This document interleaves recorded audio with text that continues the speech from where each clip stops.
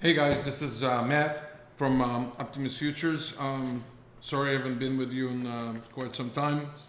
We're launching new things, projects, but I wanted to go back to the indicator here and discuss it because there was a bunch of questions people have asked me about this, and I thought I'll put it all in the context. You know, I really want to go in the next videos to talk about the momentum here, the trends that you will see that are shaping up. But here's the thing that I'm starting to understand from the questions that are coming in, and they don't necessarily ask those questions, but here's the thing. You can have everything lined up in your favor in trading. It just doesn't happen. Sometimes you have to call the trades as they occur. And if it falls into your method, you know, then it falls into your method. You can have additional tools that confirm the trade. But with this specific indicator, just like everything else in trading, you can't have everything lined up. You can't look at all the figures. Like some people who maybe the daily range and the daily trend doesn't apply to you. Maybe you're so short term that you should only look at the 1 hour range and the 1 hour trend as discussed in those videos, and just look at that and not try to look at everything. It's important to look at the big picture too, of course, and you got to do that, but it can be the main factor of everything has to be line up that way. So what I would suggest, if you're just starting out with this indicator, if you're looking at it, or if you purchased it, or if we gave it to you, or whatever has happened, then, you know, I would suggest just to look at those factors that help you make a decision. Don't try to understand everything, and don't try to apply everything. We gave you those indicators specifically to help you make decisions with your current method. These indicators are not there to help you buy or sell. They're actually there to give you a bigger picture perspective of what's going on while you're in a trade or before you enter a trade, what type of price action has occurred. All technical indicators, specifically, they lag. They're not forward-looking. There's no forward-looking indicators. Even if somebody built a mathematical and statistical method, it's based on probability. It's not based on the future. That's what a lot of beginner traders do not understand. That indicators, they indicate the current picture. They are named indicators. They're not called crystal balls. So essentially, you know, if you rob them, you know, a genie won't show up and give you the prices. So what I'm going to do today, I'm going to focus again from the questions that I had on the trend time frames, okay? And I want you to pay attention carefully to what I'm illustrating here. I think it's really important. So again, we build those indicators. I reveal what they are. I don't hide it. We just did it in a format that doesn't clutter the charts and keeps it clean for you guys who really want to trade, and as opposed to drawing spaghetti charts and just inspire yourself or your friends. Okay, so daily trend here. And I picked two contracts of the mini and the micro side by side. Okay, so the first one is the E-mini S&P. The June, here is the micro. Now, I want to try and switch between them really fast. And as you see here, this is daily trend is minus 161 or 160. And when you go to the micro, you would see it at 62. The difference between the two, the reason that it's not exact, it would be very similar, all the indicators, but the reason, in my opinion, I should say it's opinion, it's not a fact, that you see difference between the two is because of the tick movement. That I think the micros lag by a tick or price to tick above and below, that it presents an arbitrage for algo traders. This is not something that the retail can take advantage of. People who take advantage of that have very sophisticated equipment that's hosted on the exchange. They also don't have the cost structure that retail has. So I don't see retail taking advantage of such opportunities. But the reason that I pointed out is because sometimes you'll see technicals that indicate technical indicators that it might be different a little bit between the two. If you can go, because of the proximity and how close they trade, you can use the indicators on the E-mini and then take an action on the micro, or you can just use the micro. Either one is really in my opinion, again, not such a significant difference that you simply have to kind of debate which one you're looking at. I would say if I had to resort to one, I would probably look at what's happening on the mini, take a decision on the micro if you want to get a bigger picture. Okay, so here I'm going to go back to the daily trend.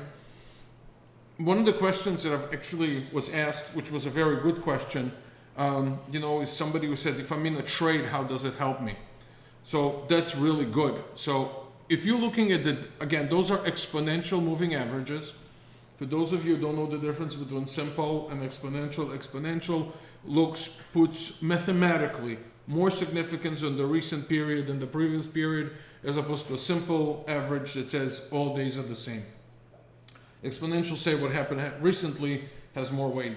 So exponential moving average here, you have the daily. It looks at the daily bars, and all of them are exponential moving averages of 10. So 10 days of exponential moving average, 4 hour, and the 1 hour. And all of them relating, again, all of them are related, but let's separate them for a second.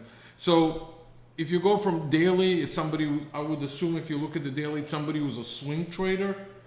And if you're a swing trader, you usually keep positions overnight.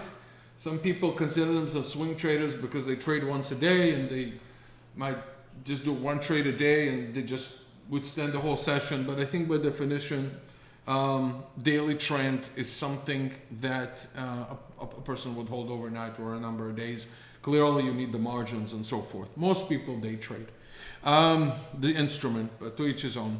The 4 hour trend, I would say it for somebody that's actually could be either a swing trader or a day trader, but they go back and forth between the two. So they still might close the position on the day. They might not carry it overnight, but it's still 4 hours, so it's a longer time frame.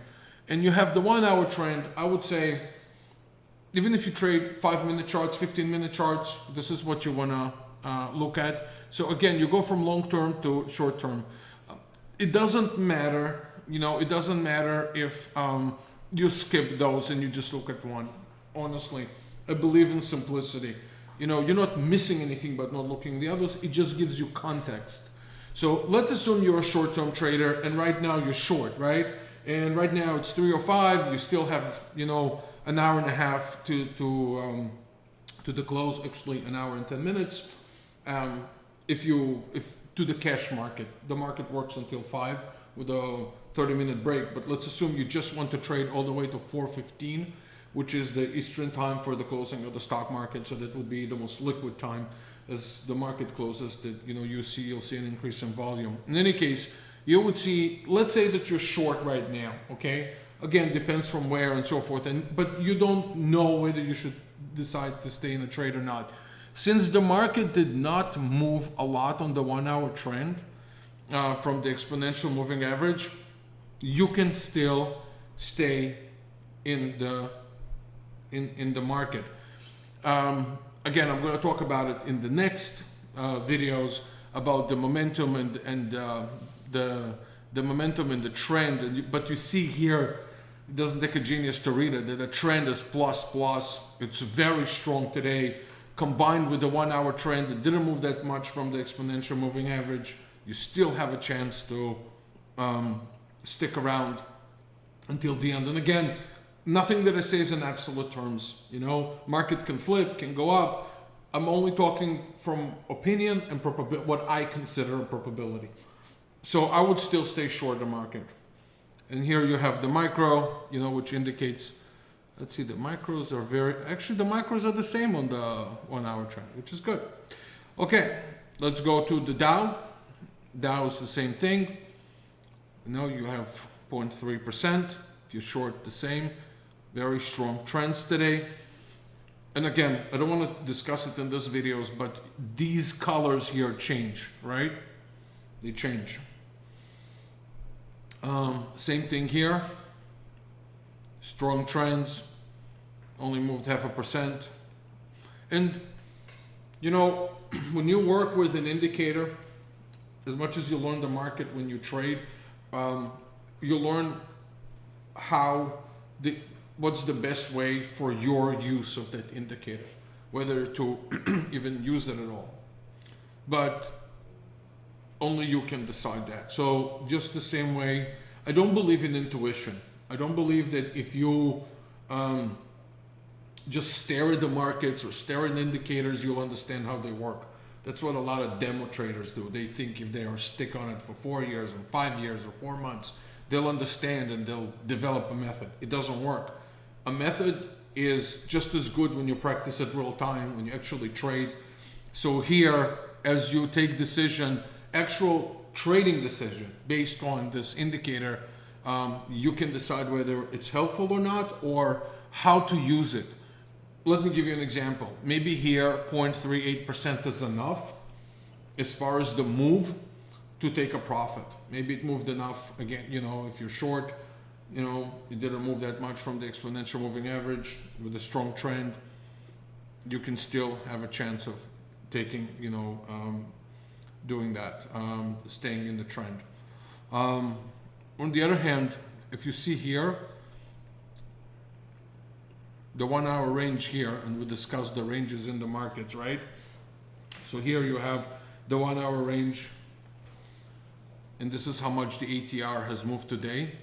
So the ATR today is very, very high. Potentially this could be extended, right? When they go above, and sometimes they go way above what they should go. Here, okay, Russel. Interesting. So here, if you're short, the market has right now, let's see on the micro, same thing, you know. The 1 hour trend, if you're short, now it's a little bit more. We're getting closer to the 0.75%. And again, this is where you can decide whether this indicator, this index is actually time to take a profit or not. And with the trend that's happening here, you can still be short the market. Now, if you are long the market, right? So it doesn't go in your favor right now, exactly, right? And you see these are the daily ranges, you know, which are really, really high. I would probably not stick around, right? Especially when you see a thing like this and combined with a trend that's very strong. Now you're just trying to pick a bottom. And I don't think this is, you know, a very smart move to do that. One thing that could change all of this, okay, all of this, is all of a sudden a huge spike in the candle. So you can have a candle, let's go to the minis because most people are familiar with that. So it's trading at, you know, here, 2809. If you have all of a sudden a spike here, this would turn into a positive, right? So it's moving. So now it's above, it will go above the moving average. If you're short, then most likely you could, you know, you should obviously consider taking a profit, or if you're not in a profitable position, cut your losses short. That's also an indication, but right now, you know, we see that the trend is down and this is below the trend. The 1 hour trend is below. So I look at it as trade with the trend, right? Whether short term or long term. I think this is it. Let me see if I forgot something. Most make notes. Nope. I think that's basically it. If you have any questions, of course, you know, you can post it below.